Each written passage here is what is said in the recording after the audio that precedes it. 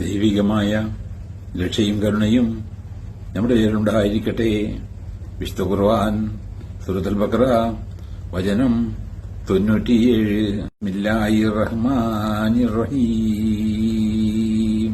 ഖുൽ മൻ കാന അദുവ്വൻ ലിജിബ്രീല ഫഇന്നഹു നസ്സലഹു അലാ ഖൽബിക